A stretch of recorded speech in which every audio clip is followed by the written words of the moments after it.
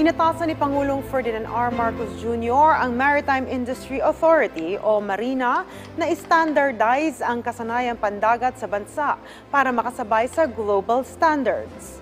Ayon sa Pangulo, mahalaga ang standardization sa pagpapatupad ng reforma sa maritime industry sa bansa. Iniharap ng Marina sa Pangulo ang panukalang Maritime Industry Development Plan 2028 na layong buuin ang matibay at maasahang Philippine Merchant Fleet para tugunan ang mga pangangailangang pandagat sa bansa. Kabilang sa mga nakapaloob na programa ang pagpapalawig ng Philippine Domestic at Overseas Shipping Modernization, ng paggawa ng barko sa bansa at pagsulong ng highly skilled at competitive na maritime workforce.